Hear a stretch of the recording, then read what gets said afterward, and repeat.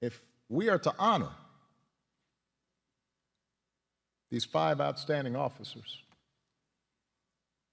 who we lost,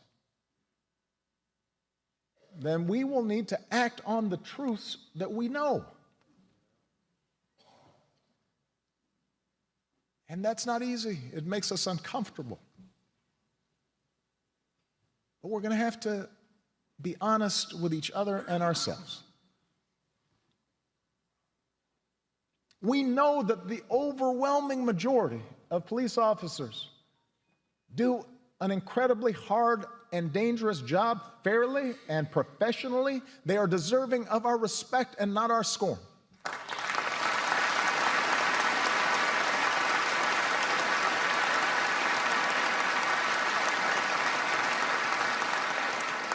And when anyone, no matter how good their intentions may be, paints all police as biased or bigoted, we undermine those officers we depend on for our safety. And as for those who use rhetoric suggesting harm to police, even if they don't act on it themselves, well, they not only make the jobs of police officers even more dangerous, but they do a disservice to the very cause of justice that they claim to promote.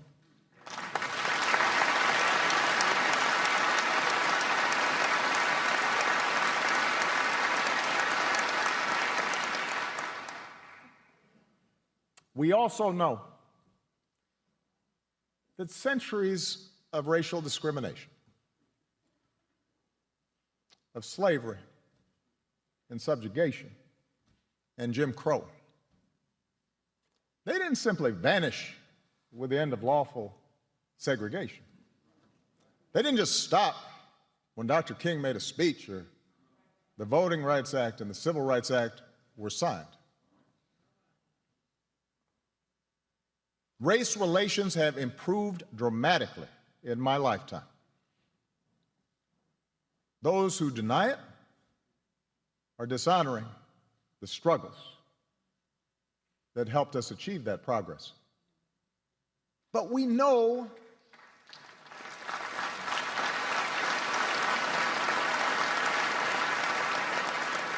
but America, we know that bias remains. We know it. Whether you are black or white or Hispanic or Asian or Native American or of Middle Eastern descent, we have all seen this bigotry in our own lives at some point. We've heard it at times in our own homes. If we're honest, perhaps we've heard prejudice in our own heads and felt it in our own hearts. We know that.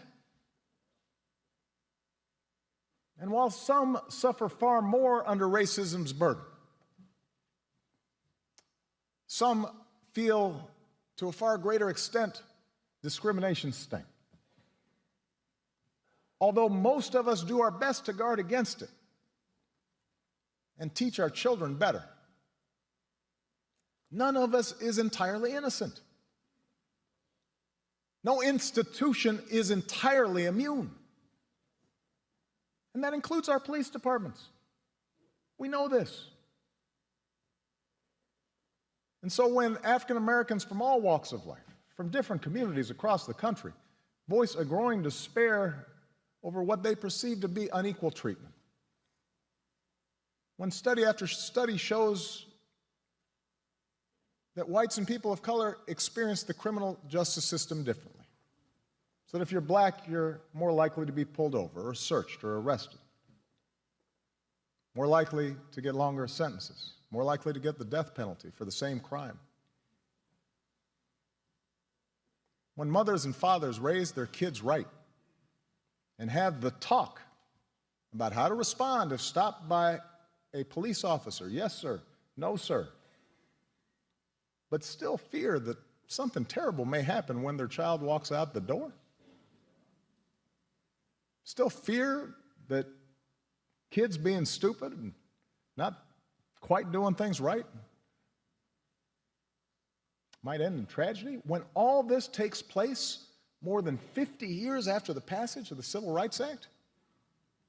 We cannot simply turn away and dismiss those in peaceful protest as troublemakers or paranoid.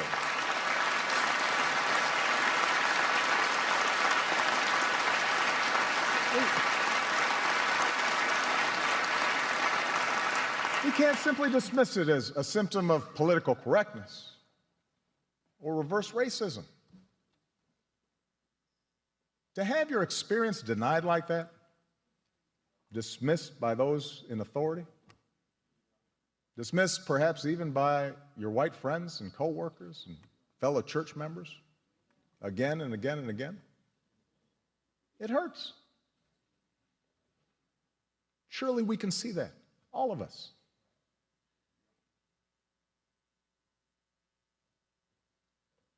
We also know what Chief Brown has said is true, that so much of the tensions between police departments and minority communities that they serve is because we ask the police to do too much and we ask too little of ourselves.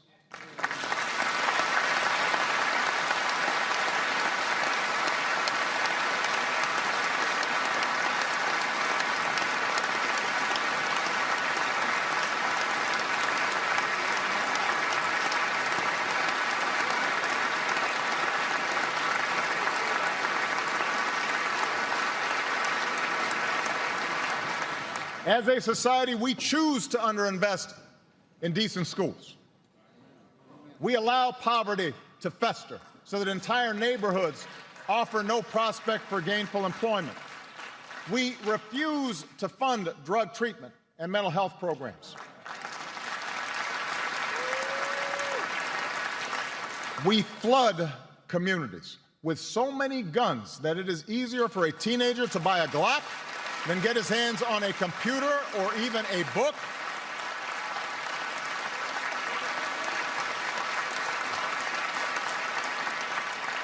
And then we tell the police, you're a social worker, you're the parent, you're the teacher, you're the drug counselor. We tell them to keep those neighborhoods in check at all costs and do so without causing any political blowback or inconvenience. Don't make a mistake that might disturb our own peace of mind. And then we feign surprise when periodically the tensions boil over.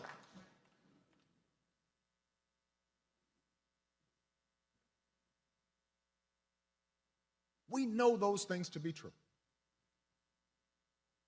They've been true for a long time. We know it. Police, you know it. Protesters, you know it. You know how dangerous some of the communities where these police officers serve are. And you pretend as if there's no context. These things we know to be true. And if we cannot even talk about these things, if we cannot talk honestly and openly, not just in the comfort of our own circles, but with those who look different than us or bring a different perspective, then we will never break this dangerous cycle.